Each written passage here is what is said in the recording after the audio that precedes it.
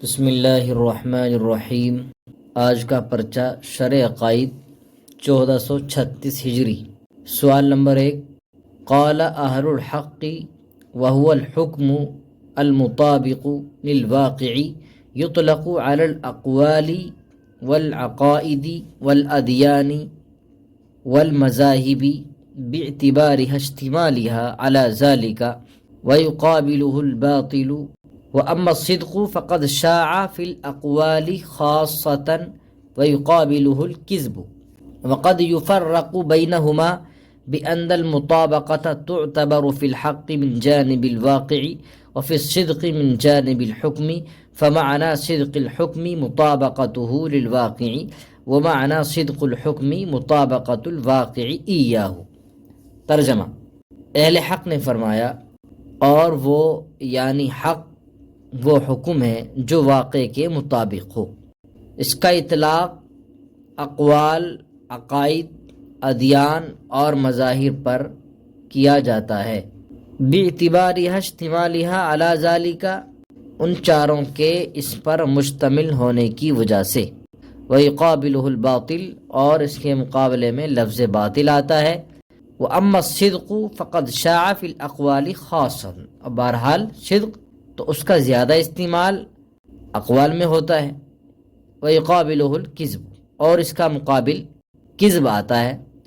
وقد یفرق بینہما،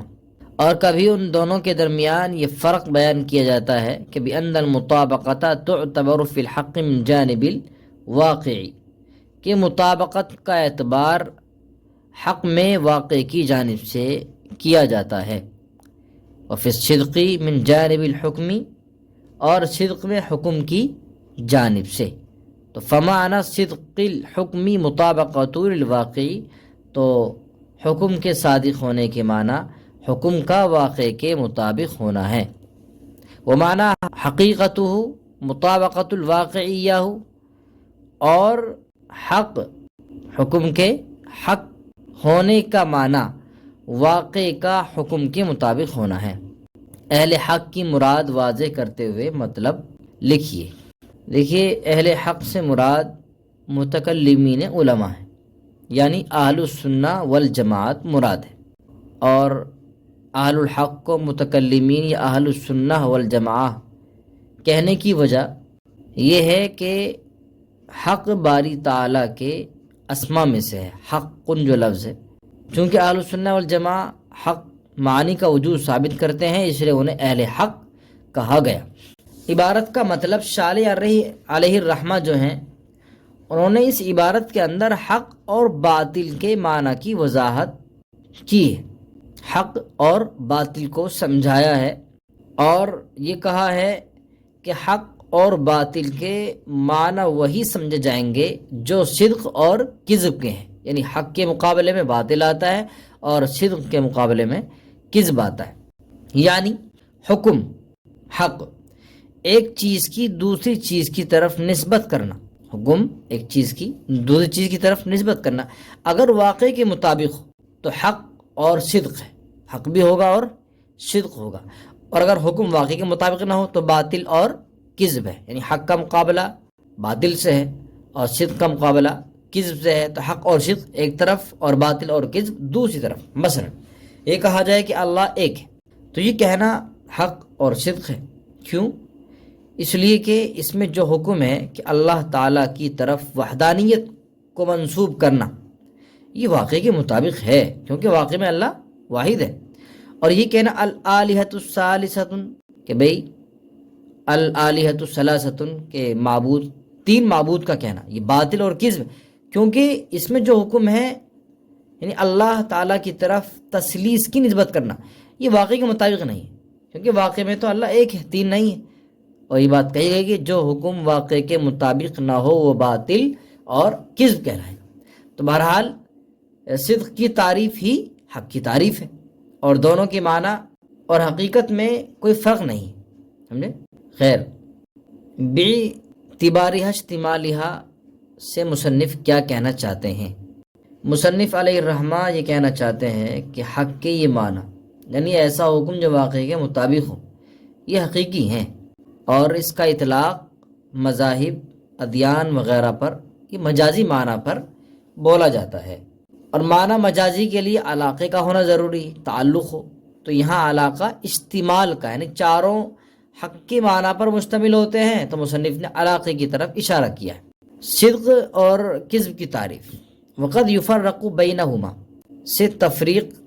فرق کو بیان کیا گیا ہے کہ فرق حقیقی ہے یا اعتباری ہے۔ دیکھیے ان دونوں میں صدق اور حق کے درمیان جو فرق ہے وہ حقیقی تو نہیں ہے، فرق اعتباری ہے، یہ تو بات ماننی پڑے گی۔ صدق کہتے ہیں یعنی حق اور صدق کی دونوں تعریف ایک ہی ہیں، یعنی وہ حکم جو واقع کے مطابق ہو، اور کذب وہ حکم جو واقع کے مطابق نہ ہو۔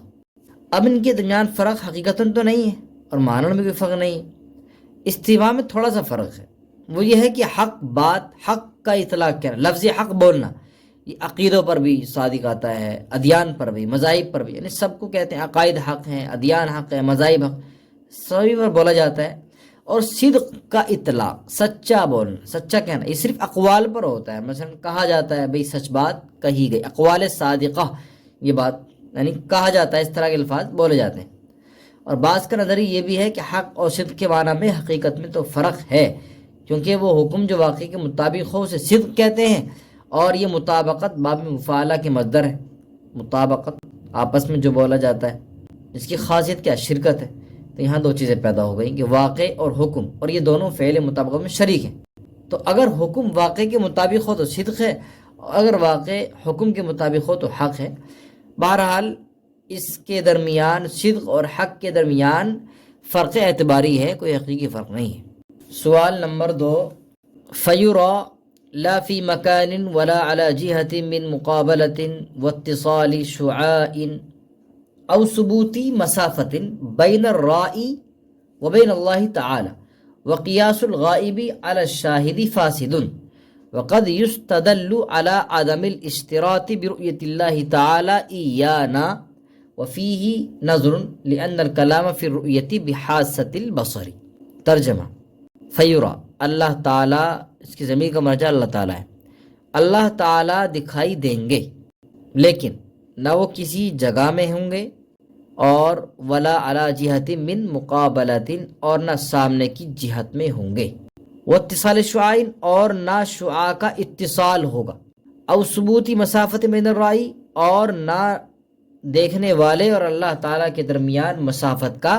ثبوت ہوگا، اور غائب کو شاہد پر قیاس کرنا غلط ہے۔ وقد یستدل، اور کبھی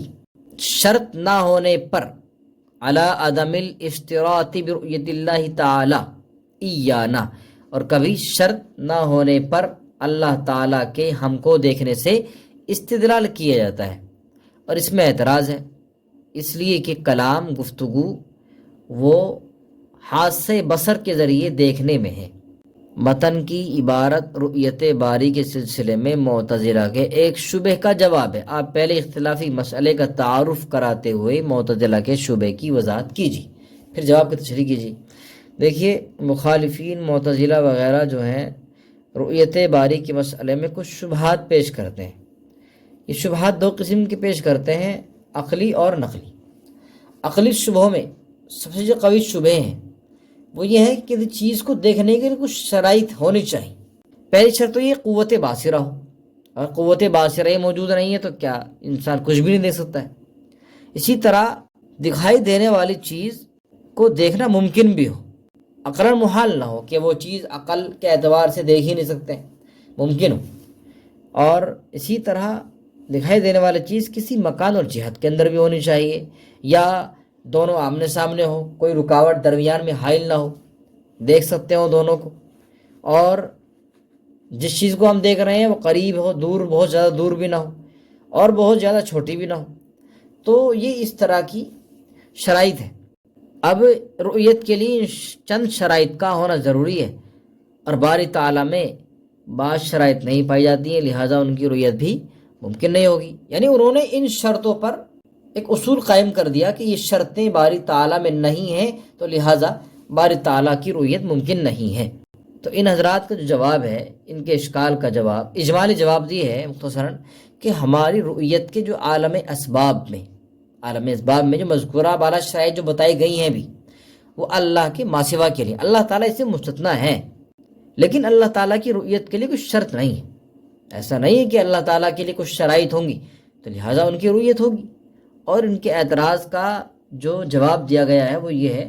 کہ قیاس الغائب علی الشاہد، سب سے بڑا جواب یہی ہے کہ غائب، انہوں نے جو ہے شاہد پر غائب کو قیاس کر لیا۔ یعنی معتری کے شبے کی بنیاد ہے وہ یہ ہے، معتری یہ سمجھتا ہے کہ ہم اس موجودات کی چیزوں کی رؤیت تو کرتے ہیں، دیکھ لیتے ہیں، ساری چیزیں ہمارے سامنے موجود رہتی ہیں اور یہ چند شرطوں کے ساتھ مشروط ہے، تو اللہ تعالیٰ کی رؤیت بھی ان چند شرطوں کے ساتھ مشروط ہوگی، اور یہ شرطیں اللہ تعالیٰ میں نہیں پائی جاتی ہیں، لہٰذا اس کی رؤیت بھی ممکن نہیں ہوگی۔ تو مطلب تو یہی ہوا کہ معترض اللہ تعالیٰ کی رؤیت کو موجودات کی رؤیت پر قیاس کرتا ہے کہ اس طرح ہم موجود چیزوں کو دیکھ سکتے ہیں، اسی طرح اللہ تعالیٰ کو بھی دیکھ سکتے ہیں، اور موجود چیزوں کو دیکھنے کے لیے کچھ شرطیں ہیں تو وہ شرطیں اللہ تعالیٰ کے اندر نہیں پائی جاتی۔ تو قیاس الغائب علی الشاہد، رؤیت کی مراد فیستدل سے کیا کہنا چاہتے ہیں؟ رؤیت سے مراد تو ہے انکشاف تام، مراد رؤیت سے مکمل دیکھنا۔ قد یستدل سے مصنف علیہ الرحمہ معتزلہ ان کے شبہ کا ایک دوسرا جواب دے رہے ہیں، جس کا حاصل یہ ہے کہ معتزلہ کا یہ کہنا کہ رؤیت باری کے لیے چند شرائط ہیں یہ ہمیں قابل قبول نہیں ہے، اس لیے کہ معتزلہ اور اہل السنہ دونوں کا یہ عقیدہ ہے کہ اللہ تعالیٰ ہم کو ہر وقت دیکھ رہا ہے، لیکن یہ تمام شرائط مذکورہ متحقق نہیں ہے، تو لہذا جس طرح اللہ تعالیٰ کے ہم کو ہر وقت دیکھنے میں کوئی شرط نہیں ہے، اعلیٰ عدم الاشتراط برؤیت اللہ تعالیٰ ہے نا، جس طرح اللہ تعالیٰ کو اللہ تعالیٰ کا ہم کو دیکھنے کے لیے کوئی شرط نہیں ہے، اسی طرح ہمارے اللہ تعالیٰ کو دیکھنے میں کوئی شرط نہیں۔ جمہور محققین جو ہے انہوں نے حضرات نے اس جواب کو پسند نہیں فرمایا اور یہ کہا ہے کہ رؤیت باری پر اپنی رؤیت کو قیاس کرنا صحیح نہیں ہے، کیونکہ ہمارا اور معتزلہ کا جو اختلاف ہے وہ رؤیت بالبصر کے بارے میں ہے، آنکھوں کے ذریعے دیکھنا ہے، اور باری تعالیٰ جو ہم کو دیکھتے ہیں وہ ہاتھ سے بصر کے ذریعے نہیں دیکھتا ہے، اور ہم ہاتھ سے بصر سے دیکھتے ہیں، لہذا قیاس فاسد ہوا۔ سوال نمبر 3، والمسلمون لا بد لهم من امام يقوم بتنفيذ احكامهم واقامة حدودهم وسد ثغورهم وتجهيز جيوشهم واخذ صدقاتهم وقهر المتغلبة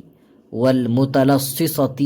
وقطاع الطريق واقامة الجمع والاعياد وقطع المنازعات الواقعة بين العباد وقبول الشهادات القائمة على الحقوق وتزويج الصغار والصغائر الذين لا أولياء لهم وقسمة الغنائم ونحو ذلك من الأمور التي لا يتولاها آحاد الأمة۔ ترجمہ، اور مسلمانوں کے لیے کوئی امام، کسی امام کا ہونا ضروری ہے جو ان پر شریعت کے احکام نافذ کرے، ان پر حدود قائم کرے اور ان کی سرحدوں کی حفاظت کرے اور ان کے لشکر تیار کرے،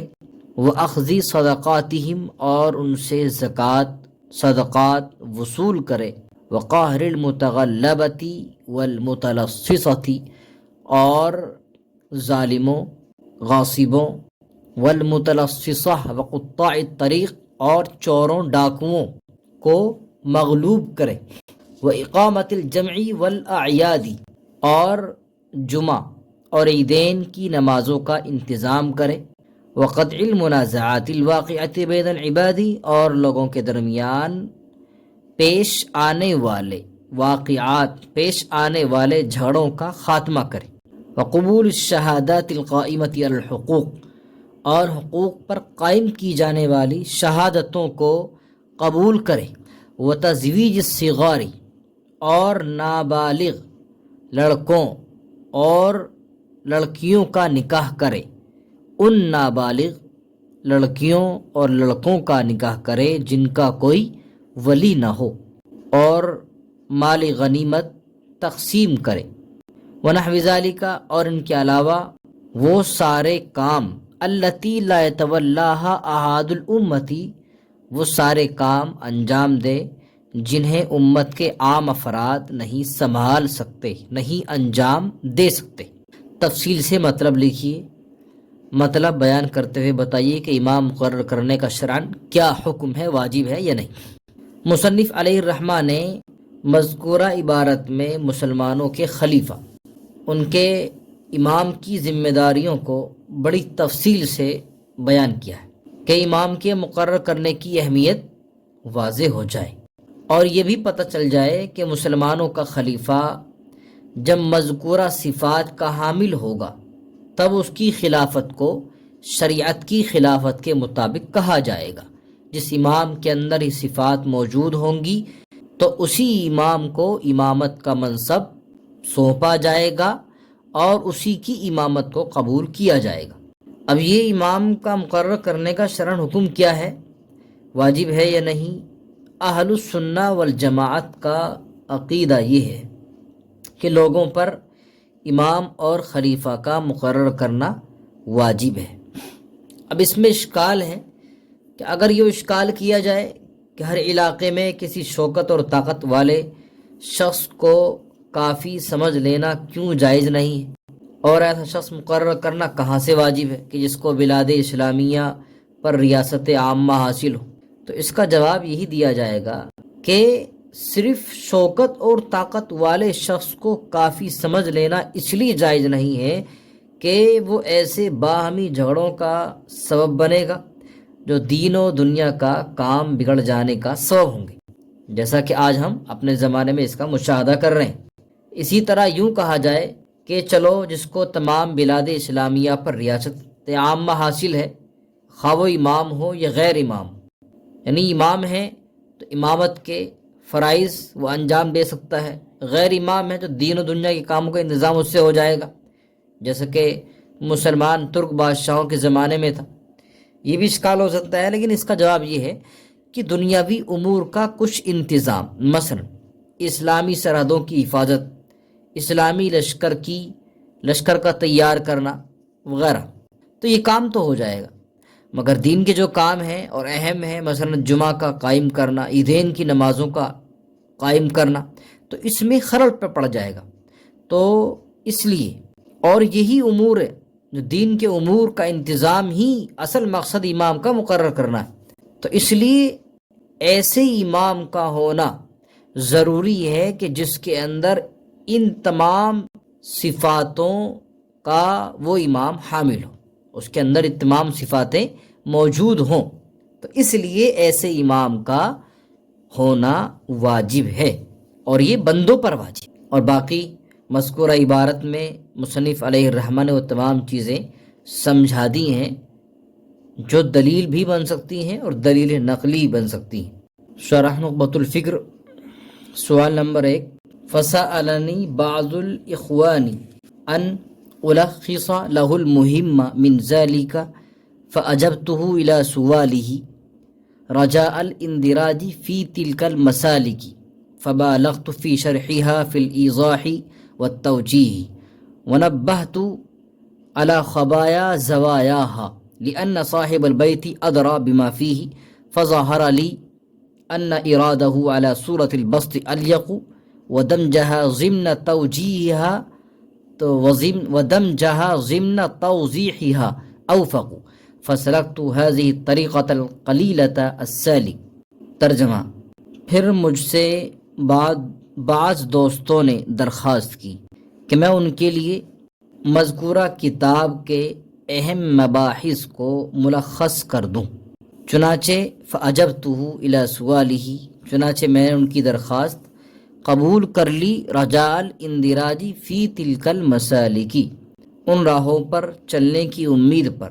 جن پر محدثین چلتے ہیں، فبالغت فی شرحها فی الایضاح والتوجیہ، چنانچہ میں نے شرح نخبہ کے اندر توضیح اور توجیہ کرنے میں مبالغے سے کام لیا، ونبہت علی خبایا زوایاہا، اور اس کے مخفی گوشوں پر متنبہ کیا، لأن صاحب البیت ادری بما فیہ، اس لیے کہ صاحب خانہ اندرون خانہ کے بارے میں زیادہ جانتا ہے، فظاہر لی ان ارادہ علی صورت البسط الیق، چنانچہ میرے لیے ظاہر ہوا، میرے لیے یہ بات ظاہر ہوئی کہ شرح بسط و تفصیل کے ساتھ، سورۃ البسط بسط و تفصیل کے ساتھ زیادہ کرنا زیادہ لائق ہے۔ چنانچہ میرے لیے یہ بات ظاہر ہوئی کہ اس شرح کو بسط و تفصیل کے ساتھ کرنا زیادہ لائق ہے، اور نخبہ کو اس کی توضیح کے ضمن میں، توضیح کے اندر داخل کرنا زیادہ موافق ہے۔ فسلکت هذه طریقۃ القیلہ، چنانچہ میں نے اسی طریقے کو اختیار کیا جس پر چلنے والے کم ہیں۔ خط کشیدہ کلمات کی لغوی اور صرفی تحقیق کیجیے۔ التوجیہ، یہ باب تفعیل سے ہے، اس کے معنی واضح کرنا، وضاحت کرنا۔ خبایا یہ خبیتن کی جمع ہے، اس کے معنی مخفی چیز، چھپی ہوئی چیز۔ زوایا یہ زاویتن کی جمع ہے، اس کے معنی گوشہ، کونا۔ اور الیقو، یہ الیقو باب ضربہ سے، اس میں تفضیل کا صیغہ ہے، معنی لائق ہونا، مناسب ہونا۔ اور دمجہا یہ باب نصرہ سے مصدر ہے، دمجن، اس کے معنی داخل کرنا اور ایک چیز کو دوسری چیز کے ساتھ ملانا، مخلوط کرنا۔ اور اوفق یہ باب حسیبہ سے ہے، اس میں تفضیل کا صیغہ ہے، معنی موافق ہونا، موافق پانا۔ مطلب بیان کرتے ہوئے اس کے اندر صاحب کتاب اپنی متن کی تصنیف کرنے کی درخواست ہی بتا رہے ہیں کہ جن لوگوں نے مجھ سے متن کی درخواست کی تھی، انہی حضرات نے یہ بھی درخواست کی تھی کہ وہ شرح بھی لکھیں، اور وہ شرح اس طرز پر ہو کہ متن کے جو لفظی اشارات ہیں، لفظی کنایات ہیں اور معنوی خزانے ہیں کہ جو مبتدی طالب علم پر مخفی ہوتے ہیں، ان کو حل کرنے میں دشواری ہوتی ہے، تو وہ اس شرح کے لکھنے کے بعد مخفی چیزیں مبتدی طالب علم سے کھل جائیں۔ چنانچہ میں نے ان حضرات کی درخواست قبول کر لی، اور اس امید پر قبول کی کہ میں بھی اصول حدیث تصنیف کرنے والوں کی صف میں شامل ہو جاؤں، اور پھر ان کی یہ درخواست کے مطابق نخبے کی شرح کے اندر جو لفظی اشارات تھے، معنوی نکات ہیں، معنوی نکات کی وضاحت اور اس کے تمام مخفی گوشوں پر تنبیہ کرنے میں نے خوب مبالغہ کیا، خوب وضاحت کے ساتھ اچھی طرح باتیں خوب کھول کر بیان کر دی، کیونکہ صاحب خانہ ہی اندرون گھر کی چیزوں سے زیادہ واقف ہوتا ہے، یعنی جس نے متن لکھا ہے تو خود وہ جانتا ہے کہ اس سے مراد اس کی کیا ہے۔ اور شرح شروع کرتے وقت اس بات کا خیال بھی آیا کہ شرح کو متن سے الگ نہ رکھا جائے جیسے کہ عام دستور ہے، بلکہ نخبہ کو اس کی شرح کے ضمن میں ہی داخل کر کے ایک کتاب بنا لیا جائے۔ چنانچہ میں نے اسی نہج کو اختیار کیا جس پر چلنے والے بہت تھوڑے لوگ ہوتے ہیں، یعنی ایسا عام طور سے کم ہوتا ہے کہ متن کے ساتھ ساتھ شرح بھی اس کی لکھ دی جائے اور اس کو ایک ہی کتاب بنا دیا جائے۔ مصنف کا نام ابو الفضل احمد بن علی الاسقلانی، جو ابن حجر اسقلانی سے مشہور ہے۔ متن کا نام نخبۃ الفکر فی مصطلح اہل العصر، اور یہ متن جو ہے مقدمہ ابن الصلاح کی تلخیص ہے۔ سوال نمبر 2، والفرق بین المدلس والمرسل الخفی دقیق يحصل تحريره بما ذكر ها هنا، وهو أن التدليس يختص بمن روى عمن عرف لقاؤه إياه، فأما إن عاصره ولم يعرف أنه لقيه فهو المرسل الخفي، ومن أدخل في تعريف التدليس المعاصرة ولو بغير لقي لزمه دخول المرسل الخفي في تعريفه، والصواب التفرقة بينهما۔ ترجمہ: مدلس اور مرسل خفی کے درمیان ایک باریک فرق ہے جس کی وضاحت مذکورہ بحث سے یہاں حاصل ہو جائے گی، اور وہ یہ ہے کہ تدلیس اس شخص کے ساتھ خاص ہے جو روایت کرے ایسے شخص سے عرف لقاؤہ ایہ، کہ جس سے اس کی ملاقات مشہور ہو، معروف ہو۔ فاما ان عاصرہ، لیکن اگر وہ شخص اس کا معاصر ہو، ولم یعرف انہ لقیہ، اور دونوں کے درمیان ملاقات معروف نہ ہو، فهو المرسل الخفی، تو وہ مرسل خفی ہے۔ اور ومن ادخل، اور جس شخص نے تدلیس کی تعریف میں معاصرت کو داخل کیا، ولو بغیر لقی، اگرچہ بغیر ملاقات کے ہو، تو لزمہ دخول المرسل الخفی فی تعریفہ، تو تدلیس کی تعریف میں اس شخص پر مرسل خفی کو داخل کرنا لازم آئے گا۔ والصواب التفریقۃ بینہما، حالانکہ صحیح بات دونوں میں فرق کرنا ہے۔ مدلس اور مرسل خفی کی تعریف۔ مدلس وہ حدیث ہے اس میں سقط خفی ہو، یعنی راوی اپنے استاذ کو جس سے اس نے حدیث سنی حذف کر کے ما فوق اپنے پہلے سے، یعنی جس سے ملاقات تو ہو مگر اس سے یہ حدیث نہ سنی ہو، اس طرح روایت کرے کہ استاذ کا محذوف ہونا معلوم نہ ہو، بلکہ یہ محسوس ہو کہ ما فوق استاد کے اوپر ہی سے، ما فوق سے ہی سنا ہے، مثلا یہ کہ ان فلان یا قال فلان۔ اور مرسل خفی وہ حدیث مردود ہے جس میں انقطاع واضح نہ ہو، کیونکہ راوی اپنے شیخ کو حذف کر کے ایسے ہم عصر شیخ سے روایت کرتا ہے، اس سے ملاقات نہیں ہوتی۔ اس کو خفی اس لیے کہتے ہیں کہ انقطاع ماہرین پر بھی کبھی مخفی رہ جاتا ہے، اس لیے یہ خفی۔ اس عبارت میں صاحب کتاب مؤلف علیہ الرحمہ مدلس اور مرسل خفی کے درمیان جو باہم ایک جیسا معلوم ہوتا ہے دونوں کا، اس میں فرق ذکر کر رہے ہیں۔ تدلیس اس صورت کو کہیں گے اس میں راوی کی مروی ان سے ملاقات معروف و مشہور ہو، اور مرسل خفی اس صورت کو کہیں گے اس میں راوی مروی ان کا ہم عصر تو ہو مگر دونوں کی ملاقات مشہور معروف نہ ہو۔ تو اس سے مرسل خفی اور مدلس میں فرق واضح ہو جائے گا۔ ومن ادخلا سے مؤلف صاحب جو ہیں وہ خلاصے کی طرف اشارہ کر رہے ہیں کہ جس نے اس صورت کو، یعنی اس میں راوی مروی ان کا صرف ہم عصر ہو، دونوں ملاقات مشہور رہیں، تدلیس میں داخل کیا۔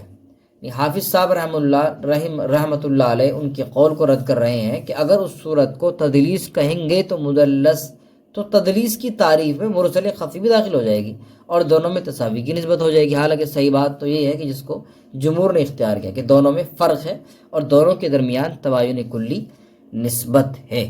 سوال نمبر 3، ثم البدعۃ وهي السبب التاسع من اسباب الطعن في الراوي وهي اما ان تكون بمكفر كأن يعتقد ما يستلزم الكفر او بمفسق فالاول لا يقبل صاحبها الجمهور وقيل يقبل مطلقا وقيل ان كان لا يعتقد حل الكذب لنصرة مقالته قبل۔ ترجمہ، پھر بدعت وہ جرح راوی کا نواں سبب ہے، جرح راوی کا نواں سبب ہے، اور وہی اما ان تکون، اور بدعت یا تو کفر کا باعث ہوگی، مثلا ایسی چیزوں کا اعتقاد رکھنا جو کفر کو مستلزم ہو، یا فسق کی سبب ہوگی، فسق کا سبب ہوگی بدعت۔ فالاول،